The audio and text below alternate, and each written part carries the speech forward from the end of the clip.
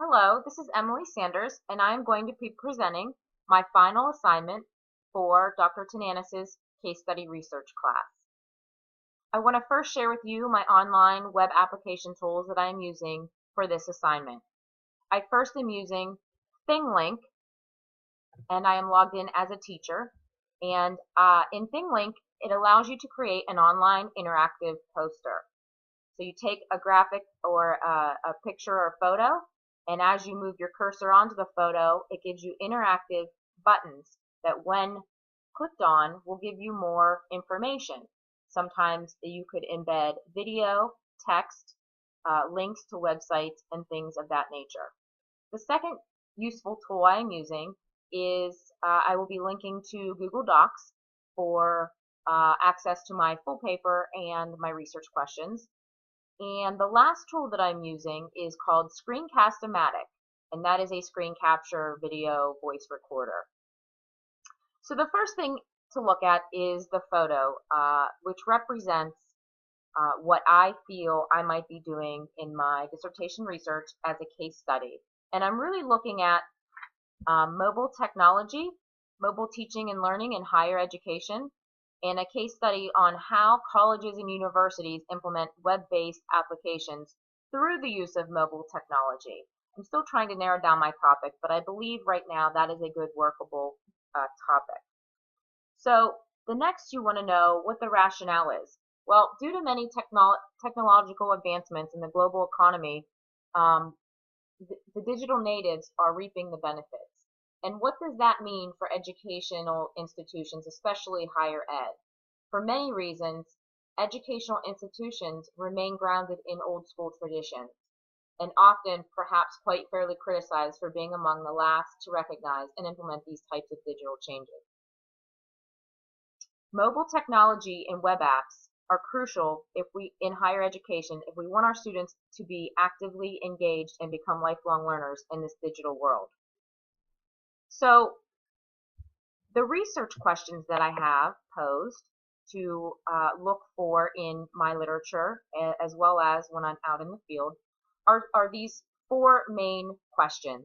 How are teachers and students in higher education using mobile technology and web-based applications as teaching and learning tools? What is the impact of mobile technology and web-based applications on pedagogical practices in higher ed? 3, to what extent is student engagement increased and active learning enhanced through the use of web applications, through the use of mobile technologies? And what supports are in place to ensure web-based applications and mobile technologies are utilized effectively and consistently across classrooms?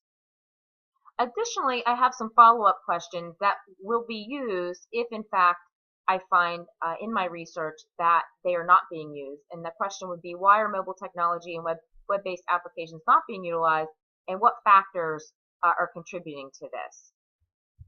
So I'm going to go back to the document. And before we move on any further, I want to define for you what I'm talking about. So this picture represents web-based applications. So for instance, when you're talking about collaboration, you're talking about Google Apps, blogs, wikis, Padlet, social media, Pinterest, Twitter, Facebook. Are we using these in classrooms?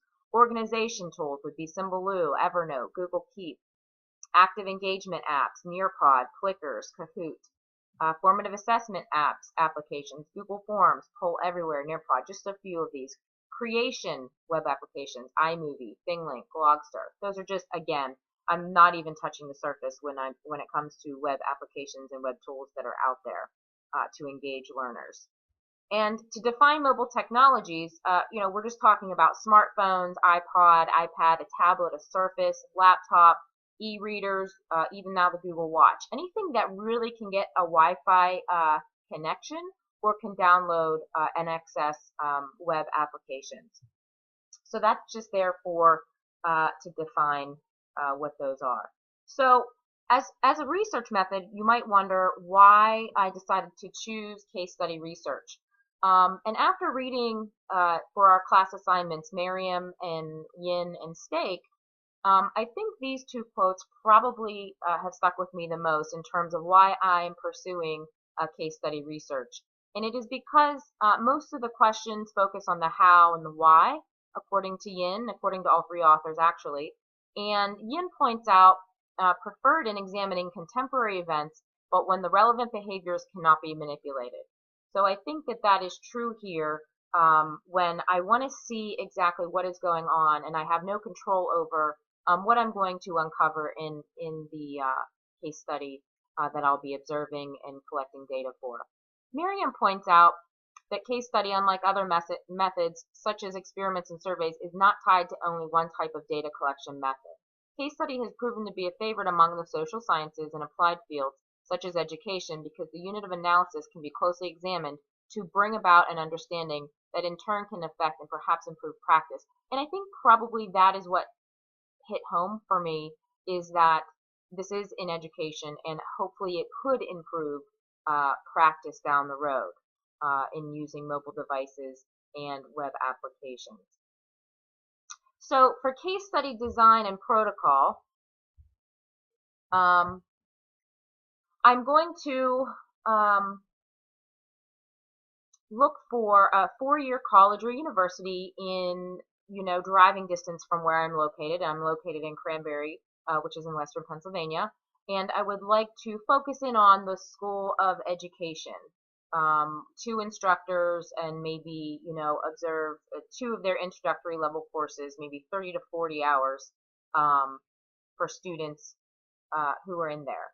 I would be collecting data and analyzing data through surveys, interviews, and classroom observation. I will be, taking notes and hopefully using an observation tool that bridges the gap between, I would like to bridge the gap between secondary ed and post-secondary ed. Some of the templates and rubrics that I am familiar with is the HEAT and LODI checklist, Danielson's domains. Domain 3 would be the active on-stage categories. And there's also something out there called the ICCM, which could be something that is aligned to the ISTE standards and actually already being used in the higher ed classrooms. So these are just some of the data analysis, data collection and data and how I would analyze this data. For theoretical framework, I'm going to stick with constructivism and activity theory because that really has to do with students constructing their own knowledge and learning and experience in meaningful ways. There are a lot of research out there that says the role of technology really comes hand in hand with constructivism perspective. And then the activity theory, researchers have pointed out that for the student-centered learning environments, the activity theory is something that would be supported in terms of a theoretical framework. And finally, the limitations that we would want to talk about, the red flags, so to speak. There is no scientific generalization when you're doing case studies. It's hard to get that. It's not usually representative of a larger population, the sample or the group that you're observing and doing research on. Usually it's just particular to their situation and their environment.